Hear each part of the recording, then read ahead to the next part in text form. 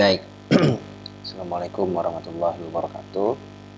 Eh, Kembali lagi kita ke video yang kedua. Seperti janji saya di video pertama tadi, kita akan melanjutkan untuk uji regresi logistik ya. Jadi kemarin kita sempat menyampaikan bahwa perbedaan antara uji regresi linear berganda dan uji regresi logistik adalah perbedaannya pada variabel dependennya ya. Kalau variabel dependen untuk uji regresi logistik, maka variabelnya bersifat dikotomi ya, atau kategorik dengan dua kelompok. Sedangkan variabel dependen pada uji regresi linear berganda adalah variabel yang sifatnya numerik ya, atau continuous. Nah, sekarang kita akan menguji coba bagaimana kita melakukan uji regresi logistik pada kesempatan kali ini. Nah, di slide teman-teman, saya sudah menyiapkan 3 pertanyaan yang perlu kita jawab ya. Jadi permintaannya adalah lakukan uji regresi logistik untuk menjawab pertanyaan-pertanyaan berikut ini. Pertanyaan pertama adalah kita ingin mengetahui apakah variabel-variabel kategori usia, tingkat pendidikan, status anemia, nilai IMT atau nilai indeks massa tubuh, dan kecukupan asupan protein dengan batas nilai AKG yang direkomendasikan, yaitu sebesar 65 gram, itu bisa mempengaruhi kejadian KIK pada wanita usia subur. Ya. Jadi itu pertanyaannya. Kemudian yang kedua, kita diminta untuk menyajikan hasilnya dalam bentuk tabel. Dan yang ketiga adalah bagaimana peluang terjadinya KIK atau kekurangan energi kronis pada wanita usia subur yang memiliki latar belakang tidak lulus pendidikan tinggi dan memiliki indeks massa tubuh 23 kg per meter persegi ya. Nah, yang perlu kita perhatikan, nanti kita akan mengevaluasi variabel-variabel mana saja dari variabel independen yang sifatnya itu continuous atau numerik dan mana yang kategori ya. Kalau di pertanyaan ini berarti kalau variabel pertama kategori usia, berarti kita bisa pastikan bahwa variabel usia adalah dalam bentuk kategori. Kemudian tingkat pendidikan berarti juga dalam bentuk kategori. Status anemia juga demikian, berarti anemia normal atau anemia. Kemudian nilai IMT ini berarti sifatnya skalanya adalah continuous atau numerik. Kemudian kecukupan asupan protein atau tingkat kecukupan asupan protein, maka berarti juga variabel ini adalah variabel kategori ya, cukup dan tidak cukup berdasarkan angka kecukupan gizi ya pada usia-usia wanita usia subur. Nah, sekarang kita akan menuju ke database yang sudah kita siapkan. Teman-teman silahkan untuk membuka dataset SPSS yang kita sudah siapkan. Nah, yang pertama yang perlu kita pastikan dalam melakukan uji regresi logistik adalah kita perlu konversi variabel dependen itu dalam bentuk kode 1 dan 0 ya. 1 untuk event atau outcome dan 0 adalah non-event atau non-outcome ya. Karena tadi variabel dependennya adalah KIK, maka kita perlu pastikan bahwa KIK dalam hal ini adalah KIK dengan kode 1 itu adalah outcome dan KIK dalam kategori 0 itu adalah normal ya. Saat ini kita sudah punya variabel KIK, tapi kita sayangnya label dari kode nilai kategorinya itu berbeda seperti yang kita harapkan. Jadi kalau yang ada saat ini untuk kode 1 itu adalah KIK sudah betul, namun untuk yang normal kodenya masih 2 ya. Padahal dalam uji regresi logistik syaratnya adalah event itu peluangnya harus 1 dan tidak terjadinya event maka peluangnya 0 ya. maka caranya kita harus merubah kategorinya menjadi 1 dan 0 dengan cara melakukan transformasi variabel yang sudah ada, ya. Itu transform, kemudian recode into different variable, lalu kita rubah variabel kategori mid upper arm circumference saat ini dengan kategori KEK yang baru, ya. Ya, untuk menunjukkan bahwa variabel ini akan bisa kita gunakan untuk uji regresi logistik, silahkan berikan identitas di nama variabelnya, lalu klik old and new value. Nah, karena tadi kita sudah tahu bahwa 1 di variabel lama itu menunjukkan KEK, maka sudah betul, maka kita tetap pertahankan. Kemudian untuk kode yang 2 akan kita rubah menjadi 0, ya, menjadi 0. Sekarang continue, lalu di OK kan. Baik, nah sekarang kita sudah punya variabel baru dengan variabel namanya kategori KEK untuk uji regresi logistik, ya. Kita berikan label pada nilai value-nya, 1 untuk KEK dan 0 itu adalah normal. Oke, kita berikan label di nama variabelnya untuk uji logistik, ya. Oke, sekarang kita sudah memenuhi syarat untuk variabel dependent-nya. Nah, sekarang kita memastikan bahwa variabel-variabel independen yang tadi kita miliki itu sudah memenuhi kebutuhan kita. 1, tadi kita memiliki kebutuhan usia untuk variabel kategori, ya. Apakah kita sudah punya variabel usia? Sudah, dan sudah dalam bentuk kategori. Saya kemarin membuat kategorinya adalah 1 untuk yang muda dan 2 untuk yang tua, ya. 1 untuk yang muda dan 2 yang tua. Jadi nanti kita akan perlu mengingat label ini ketika kita nanti akan membuat mana yang menjadi pembanding dalam uji regresi logistik, ya. Baik. Kemudian selain usia, lalu tingkat pendidikan. Pendidikan saya punya yang 2 kategori dan 3 kategori. Saya putuskan untuk menggunakan yang 2 kategori saja biar mudah. Yang 1 adalah tidak tamat perguruan tinggi, dan yang 2 adalah tamat perguruan tinggi. Nanti saya berharap yang akan saya jadikan sebagai pembanding itu adalah yang tamat perguruan tinggi, ya. Jadi kita akan gunakan yang sebagai pembanding itu merupakan yang tidak punya atau yang kurang berisiko untuk mengalami outcome, ya. Seharusnya kalau tamat perguruan tinggi, pendidikan ini juga semakin baik, maka kemungkinan untuk mengalami KEK juga semakin kecil. Oke, pendidikan sudah, lalu kategori anemia. Saya punya kategori anemia di sini yang variabel nomor 14. 1 untuk anemia dan 2 yang normal. Berarti nanti saya akan jadikan referensinya adalah yang normal atau pembandingnya adalah normal. Kemudian selain anemia, saya juga tadi menentukan variabel yang lain adalah IMT. Kita sudah punya IMT. Lalu yang terakhir adalah asupan protein, tingkat kecukupan asupan protein. Nah, karena tadi di soal kita diminta untuk membuat kategori dari asupan protein, sedangkan saat ini kita masih memiliki variabel asupan protein dalam bentuk skala numerik, maka kita perlu membuat kategori dari variabel baru, yaitu variabel tingkat kecukupan asupan protein. Tadi diminta untuk menentukan berdasarkan AKG-nya 65 gram, ya. Tahu dari mana, Pak, 65 gram? Jadi kalau teman-teman punya angka kecukupan gizi, tabel angka kecukupan gizi seperti ini, Pak, teman-teman bisa menentukan mana nilai atau batas rekomendasi angka kecukupan gizi yang direkomendasikan pada populasi Indonesia untuk wanita atau laki-laki. Kebetulan responden kita adalah wanita yang berusia 19 sampai 29 tahun, ya. Jadi dia wanita usia subur.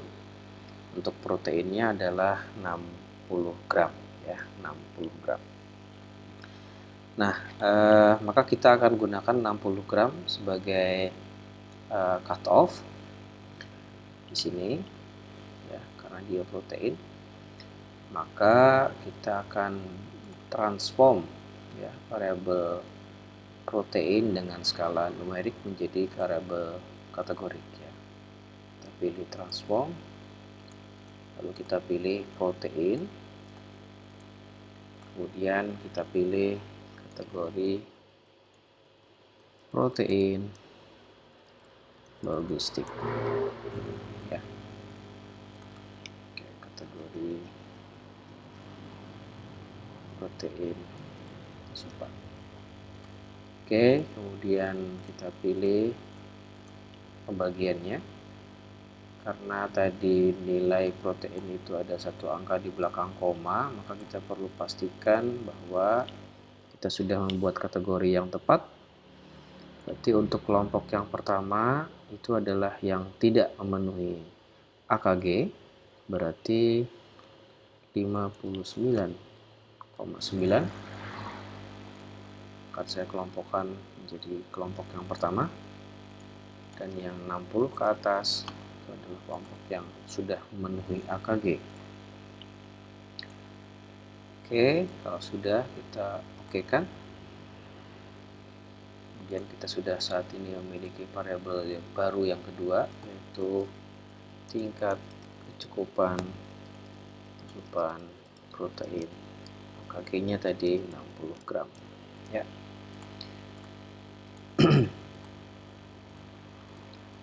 Jadi satu tadi adalah yang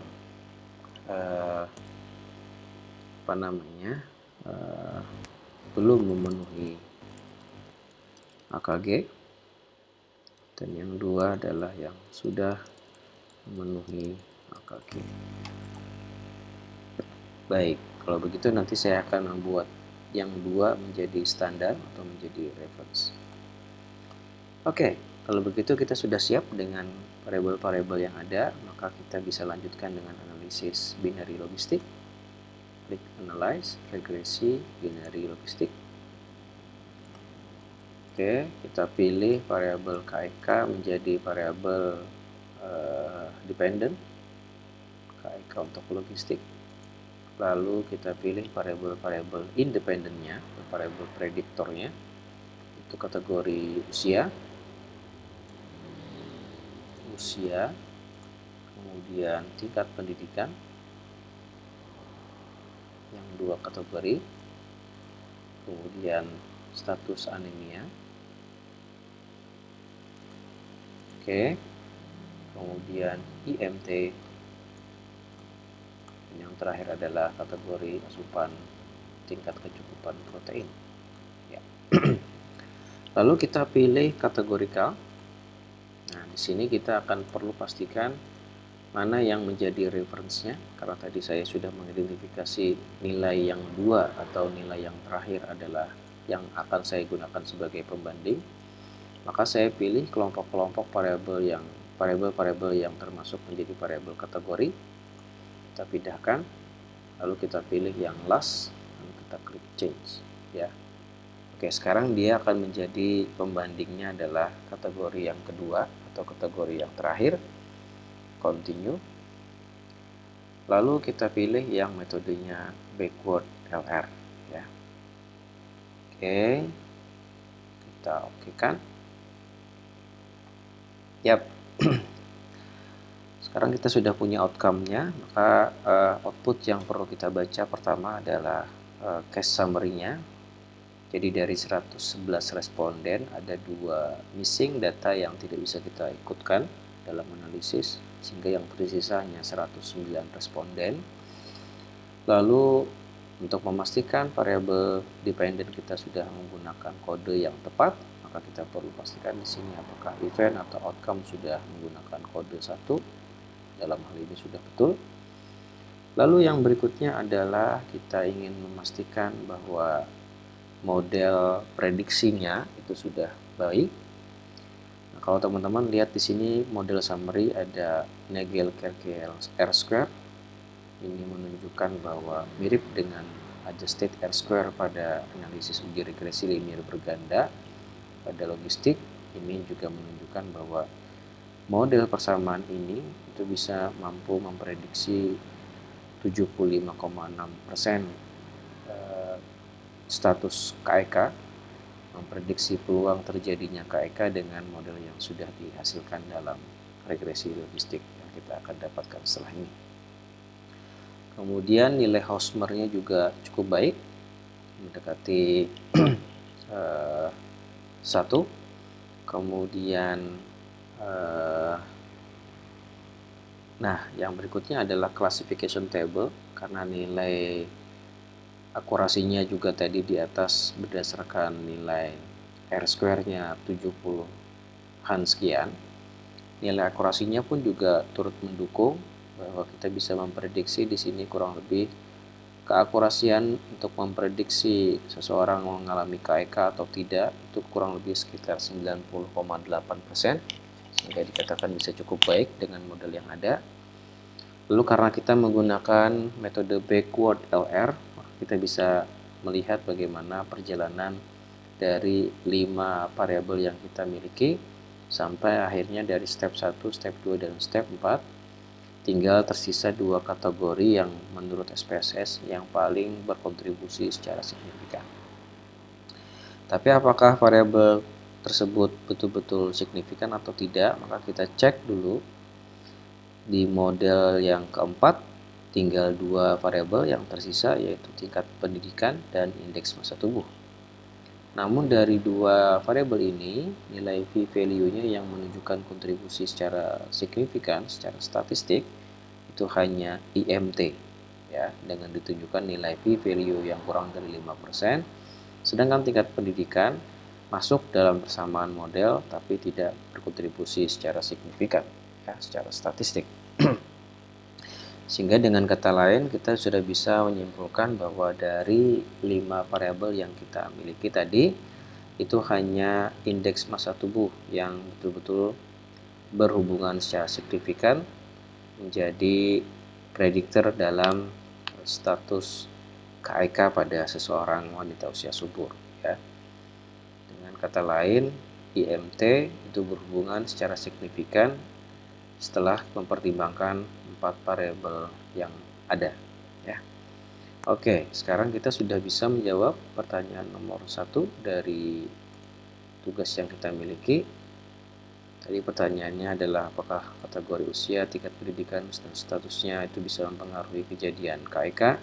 Maka jawabannya hanya nilai IMT yang berhubungan secara signifikan yang bisa mempengaruhi kejadian KEK pada wanita usia subur, ya.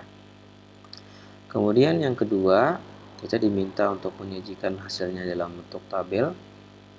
Maka kita perlu menyusun tabel seperti ini, ya.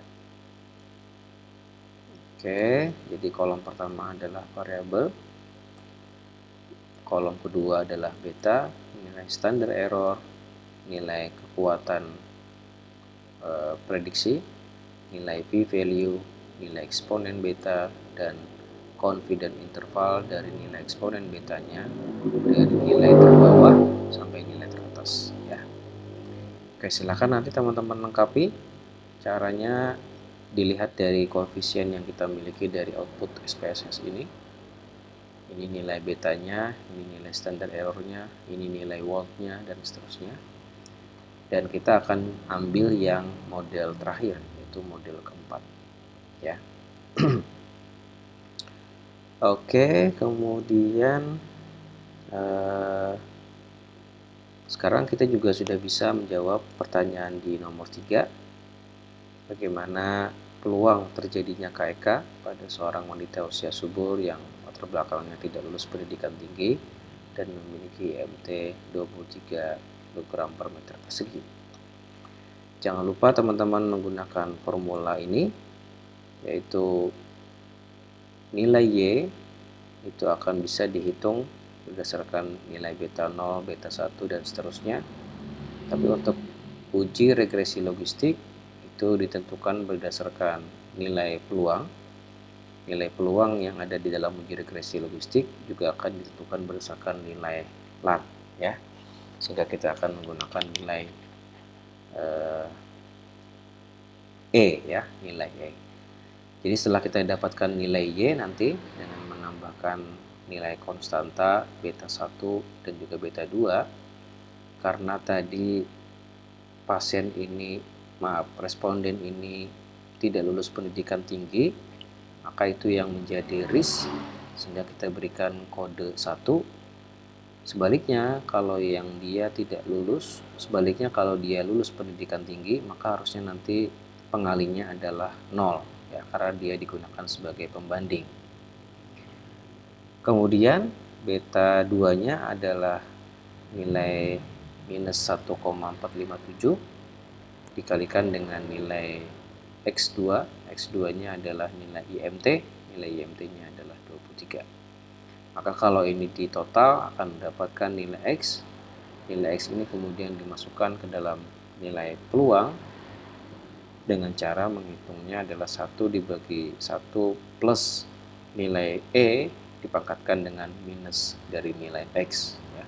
Maka akan didapatkan nilai peluang berupa prosentase seseorang mengalami KEK jika kita mengetahui kondisi dari responden tersebut dari latar belakang pendidikan dan nilai IMT-nya ya. Oke.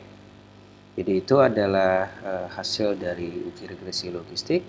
Mudah-mudahan teman-teman bisa mengikuti dan juga bisa menyelesaikan hasil worksheet-nya dan juga bisa dikumpulkan di hari ini juga. Terima kasih semuanya. Mudah-mudahan teman-teman sehat selalu. Assalamualaikum warahmatullahi wabarakatuh.